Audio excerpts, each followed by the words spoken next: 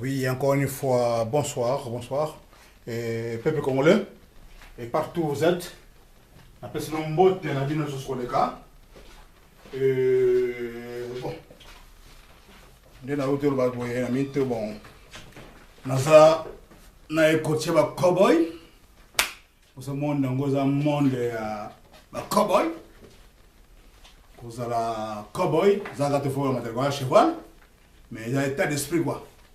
Il faut pas l'esprit dur dans mon milieu parce que l'esprit est fort qu'on le corps pour te mon milieu au bas consommo avec esprit mon milieu ils ont un spirituel avec comme charnel donc mon milieu dans l'esprit donc vous avez la moto même vous avez ni amanazam vous avez mis na mai zaire esprit donc voilà là moi tu n'as mis sur le cas nous toujours na école de cambo ya bayi politique ya mboka na biso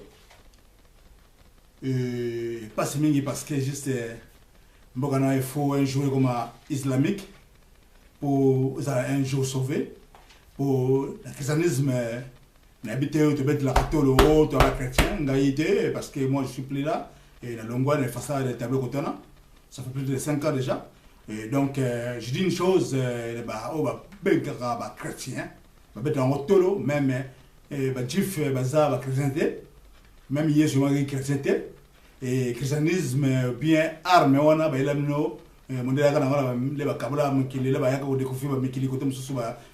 chasse,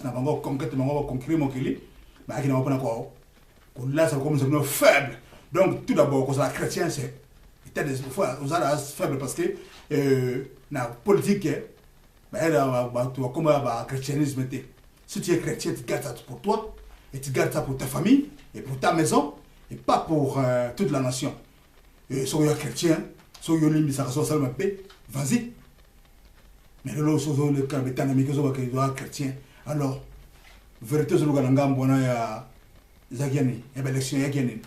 non je suis désolé vraiment je suis désolé et ceux qui boye bakate christianisme qui pour aller libo qui ne fouiller vous avez mayele pour que fouiller bilo kwana rôle pour de la dinaga ba missionnaire na Congo na bana ba discours ba bien bien e ba to ba binzampe ute ko na bango boke kuna kuna ko putia ba musango iloko ba éviter mais ba bien déjà donc vous allez quand même na courage ka vous yango donc voilà quoi donc lelo que bino lelo botikali na makambona o ba ila bino bakenda ba former ba disciple na ba former pasteur ba former bateau oyo batikali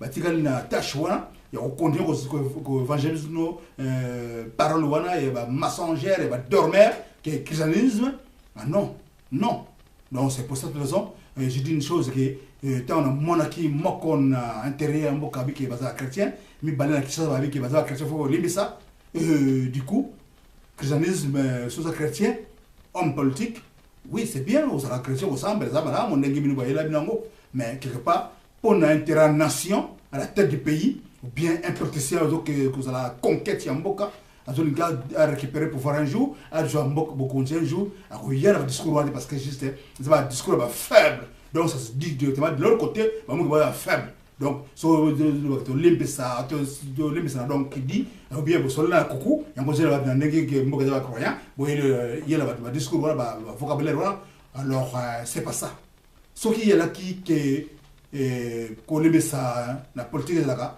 ni le mumba de la belge pour moi aider ce qui a eu ko limpisa la politique de la de ça le message ba merka pour moi aider ce qui ko limpisa la politique de la de Karafi de côté où moi qui était soit qu'on limite en portée là cas de Beladen américain moi qui était donc voilà donc quelque part et ça en côté la politique on tue la politique c'est comme la guerre sera que était que afin na mundu qui bona zamba azoba bien na champ de bataille azoba ngobeta masasi non si tu tires pas on te tire voilà si tu tires pas on te tire donc voilà c'est la politique dans politique bien les règles j'ai ngwa so ko limite ça ça ma famille a limite ça to mais na kama mboka ba limite ça na raté l'autre na Burkina Faso Blaise Compaoré aboma Thomas Sankara aminaye batani bakone sika moko bafona na basali pe bakamna mo solo politique sika moko armée sika moko ti kino moninga sur pouvoir bikino ce qui 5 après ngara le pesio mais 4 après Blaise Compaoré à Lingeli Thomas Sankara Boun. Voilà, c'est ça la politique. C'est ça un vrai leader. Il faut barrer l'autre. Lyon na Zamba, biba carnivore banyama leka nyama soki ayokeli mboloko mawa, ayokeli pakasa mawa, ayokeli makako mawa, ayokeli lapin mawa. Akufiye moko. Voilà, c'est ça. C'est la loi de la nature. Au liko comme Bokonzi, au moins éclaté quelque part, s'il faut que c'est Manouki, s'il faut que ça coup d'état, s'il faut ça, il faut ça là. Tant on va vérité réserve. Et le loi après il y a dans le discours il y a cause la chrétien, cause la chrétien. Pour ta famille, pour toi, pour individuellement, je suis d'accord avec toi. Mais pour la nation au Bimba, il y a Mbokana, il y a 2 millions, quelques mille kilomètres carrés. Il y a plus de 80 millions d'habitants. Non. Où tu as peuple là? Où tu as Mbokana? Mbokana sous. Donc, nous avons un point combien sous la terre. Ils ont par terre, ils ont assez Mbokana. Et vous, si vous avez le langage à cause de la chrétienne, pardonnez. Alors là, ça ne tient pas la route, quoi. Là, je suis désolé, quoi. Pour la Mbokana chrétien, c'est ça. Mais moi, je suis plus dans la croyance sur la Magambona. Je crois dans mon kili, je crois dans la science, je crois dans l'existence de mon kili, mais je crois dans la religion, dans le côté. Pour beaucoup de gens, mon Dieu, bon sango, le loi tire le bilo kola la ngulu, ba chena poto et ko la yake yete bra poto bila le mondele ina ba religion, continue na relation ba religion, bo je l'indépendance le bolo na ba religion, bo tika na ba religion. C'est ça le mal. Mais le peuple juif, en Israël, en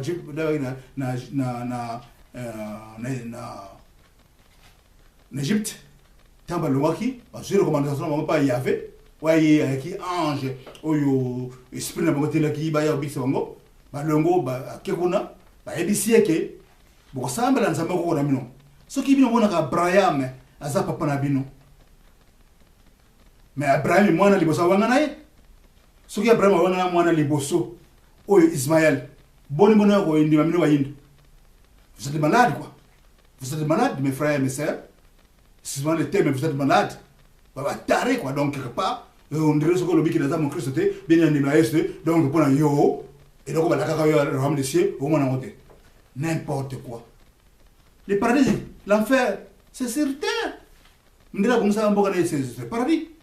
Et moi, je me dis que je vivre bien.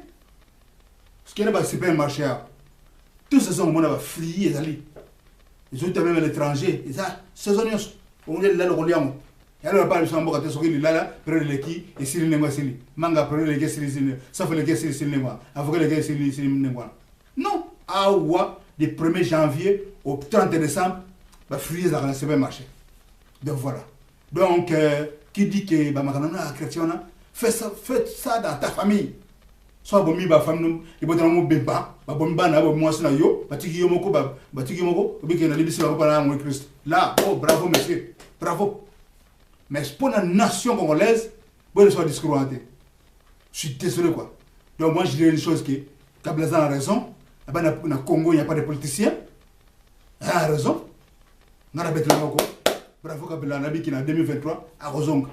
Ce qui est un jour limbo conjoint, à moins de pas ça a été, à Pierre Tangaï. Pour ne pas tambourgan. Vraiment. Pour parce que juste ça passe. Abi na Congo opposant Zara Mosengo. Mosengo qui n'a fatigué pour opérer la bango, bassin na sona na ce qui pas pénal bon j'oublie le nom même. Donc voilà.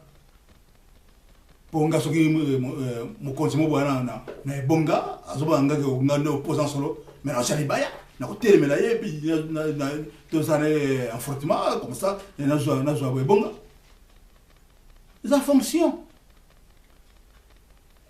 l'autre là c'est le premier président Kassavo a peu missionnaire mais pour na mboka ba belge ba wana voilà donc ça passe comme ça.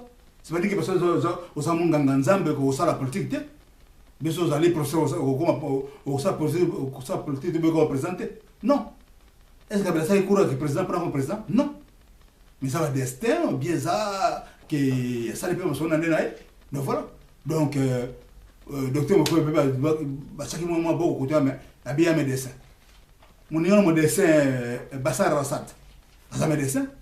Atangi na grave betana. Ça président de la Syrie. Il y en a d'autres qui ont salaire, guerre, mais ça toujours un pouvoir de l'eau. Donc voilà. Donc quelque part, le Congo, ça ne sera pas sauvé aujourd'hui. Le Congo, ça ne sera pas sauvé là-bas. Genre là, où vous avez le discours qui va chrétien, il faut te pardonner. Dans la politique, il n'y a pas de tadam. Dans la politique, c'est comme la guerre. Voilà. Tu tires pas, on te tire. Donc voilà. Donc, vous avez la vision qui tout ça, Christo, il faut le dire. So que qui likamba bomi tetano mama na yo, babomi moi na yo, limisa tu bomi tetano mama na yo, mais pas pour la nation, pas pour l'intérêt de toute la nation. Et bien on peut pas tu vas souffrir même les étrangers, c'est pas dit que nous sommes ça va marcher. Na Congo qui va Congo ba nous, il y a des Angolais nés au Congo. Quand on se va on faut même ba Congo de susciter. C'est pas dit que quelqu'un Congo va souffrir en Bokana. Oh, il y a ça, beaucoup de choses à faire, madame, tu as souffert, nous avons congolais.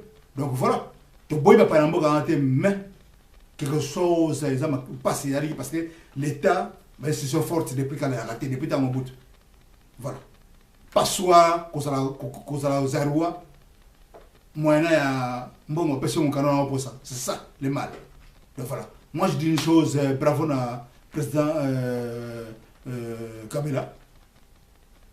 Avant qu'il y ait 2023, c'est parce qu'il y a Tidier Bissot, tout ça va lâche, tout ça va chrétien, parce que les chrétiens déjà, sont chrétiens, donc état d'esprit.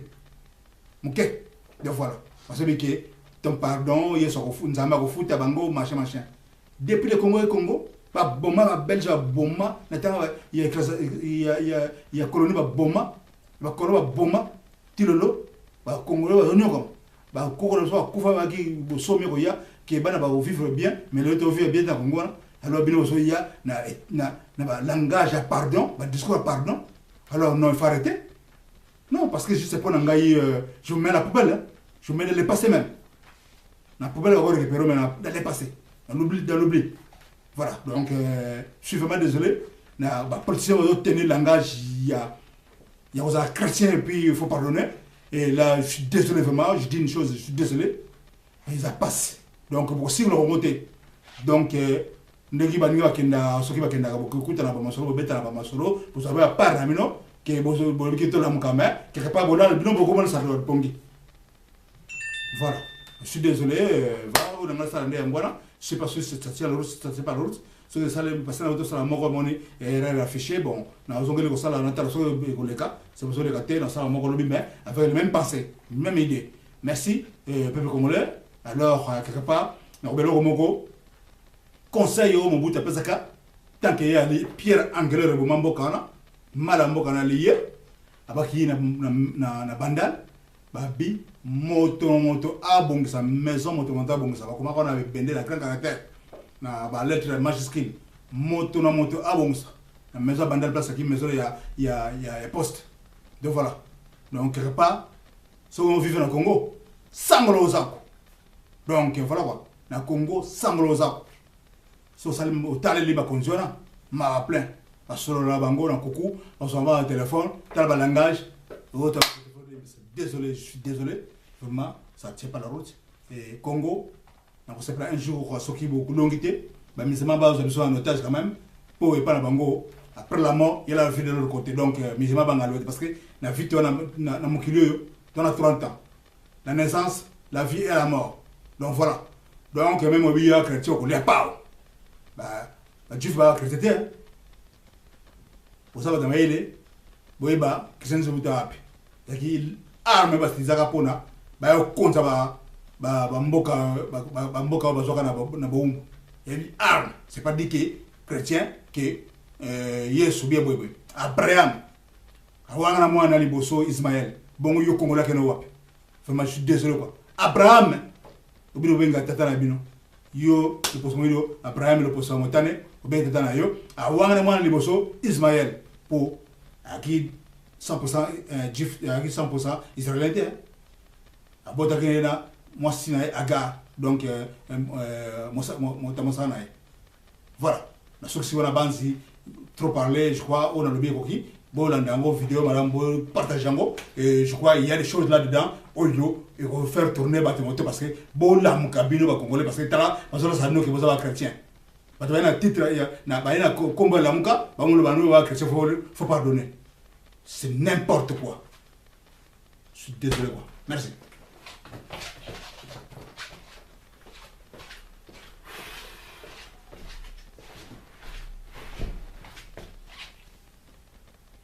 Ma mingi ntasira ko ngate ba pesa nga ngombo kana na sikolango parce que j'étais ça va pas quoi parce que ba doit tshela mitema na mboka na ba mo la sa du suponga na magamba christianisme n'importe quoi Pouh. Oh na Congo ndeni ela boza mbongo bokufa botiki mbongo et puis après botiki mboka na kao n'importe quoi ça va pas non. Pora